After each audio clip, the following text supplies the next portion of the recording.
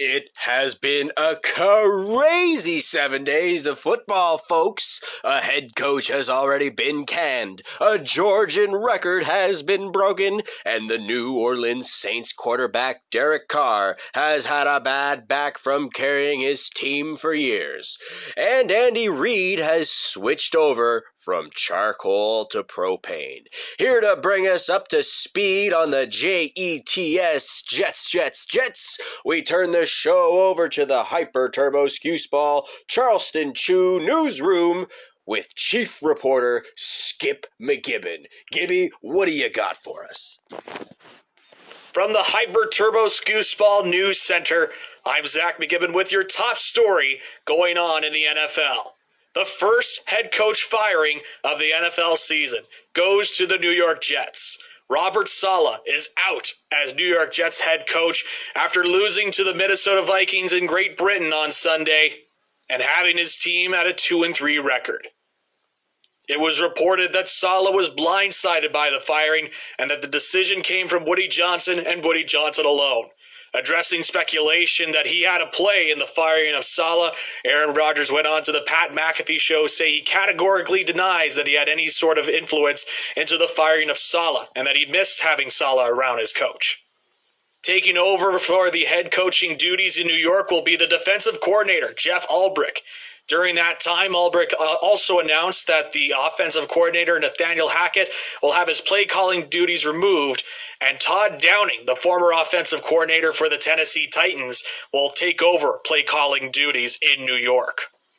With the latest in the NFL from the Hyper Turbo Skewsball News Center, I'm Zach McGibbon.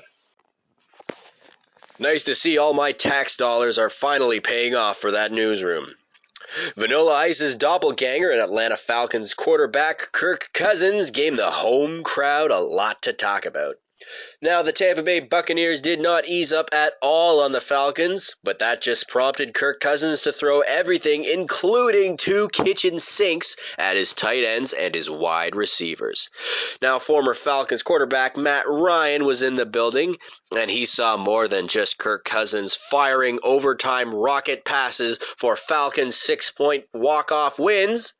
He also saw the box score informing him and the thousands in attendance on Matt Ryan Appreciation Night that Kirk Cousins had beaten Matt Ryan's franchise yardage record after Kirk Cousins put up 509 yards in one night. That's like Chris Jericho beating Stone Cold and The Rock in the same night.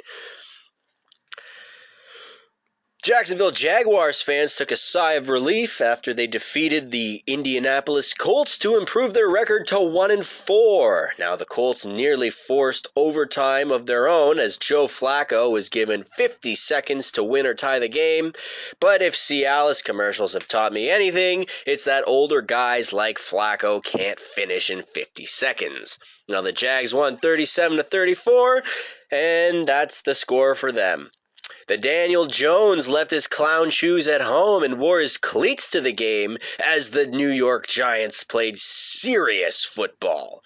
The steamed ham state fans were in for a shock when the Big Blue Wrecking Crew blocked a Seahawks field goal and ran it all the way to the house for a 29-20 Giants win.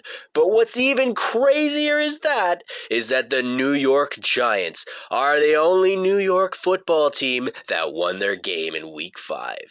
The Buffalo Bills kept the score close, but they fell to the Houston Texans, and the Jets got beat so badly across the pond that Rob Saleh don't even work there anymore. But speaking of across the pond, there's another NFL game at the Hotspur Arena Stadium, and the Jaguars are squaring up against the Bears. Now, I've got a contact in Derbyshire who streams League One matches for me from the back of his 3-wheel van. And we're hearing now from Kenneth W, who saw the Vikings beat the Jets. Kenny, it's all yours. Hello, Hyper Turbo Scoos fans. It's Kenny W from across the pond, and I'm here to do 2 things. That's bar scousers and talk footy. I don't see any Liverpool fans around here, mate. I seen a Jets game on a telly with me tea, and I gotta ask, what's the deal with Aaron Rodgers? Oh, mate, he's clearly ready to leave centre mid and go be somebody's gaffer, yet these Jets keep wheeling them and dealing them like a bloody parliament wheels out a new PM every 6 months. Bloody hell, I don't know how long a yard is, but I reckon I could get more of them than Brees Hall did on Sunday. The Jets' first quarter cost them the game. In the end, good for the Vikings. Finally, the Jaguars are back home in London, and I can't wait to see Trevor and the boys. They got the fresh start they wanted last week with a win. Good thing, too, because England loves the team in teal. But oh no, this time your opponent is the Bears, and here in England, we love bears. Ain't that right, Paddington? It'll be a battle for a win over our love for Jags and Bears, but I like the Jags over here. Trev's been around these parts before, and Mr. Williams hasn't even watched Coronation Street. Try not to bump your ass falling down the stairs of a double-decker trolley. Old Trev's gonna win, and the Red Devils will too. Go Jags and go Manchester! Folks, that Kenneth is one mad lad, I tells ya. I once heard that he bulldozed through a church picnic in the park just for Erling Haaland's autograph. And he's a United fan.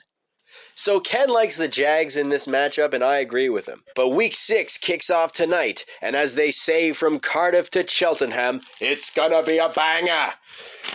The San Francisco 49ers are in Seattle, and history says if any team can beat San Francisco, it's Seattle at home. And with NFL Films attempting and failing to purchase the TV show Unsolved Mysteries in order to get a solid, precise answer on what the heck is going on with Christian McCaffrey's knees, yet the 49ers run game has been more than ample. NFL pundits have yet to cast doom on Brock Purdy and his pals, but yet Geno Smith is still there, racking up stats like I'm still hating on the guy.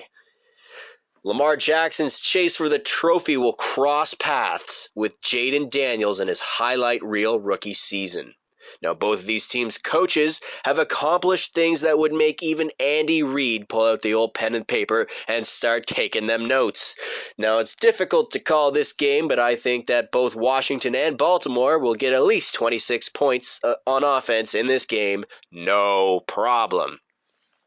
While Cleveland Browns fans demand Deshaun Watson ride the pine, management said, "We're gonna rock it till the wheels fall off. Hold up."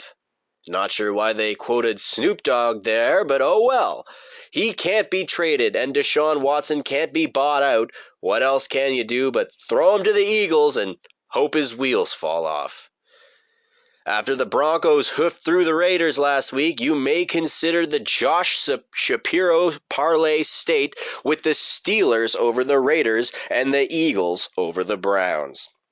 Now, the greatest group of men in Georgia history since the fabulous Freebirds, I'm of course talking about the Atlanta Falcons, are in Carolina to see what the Red Rocket Andy Dalton can fire up.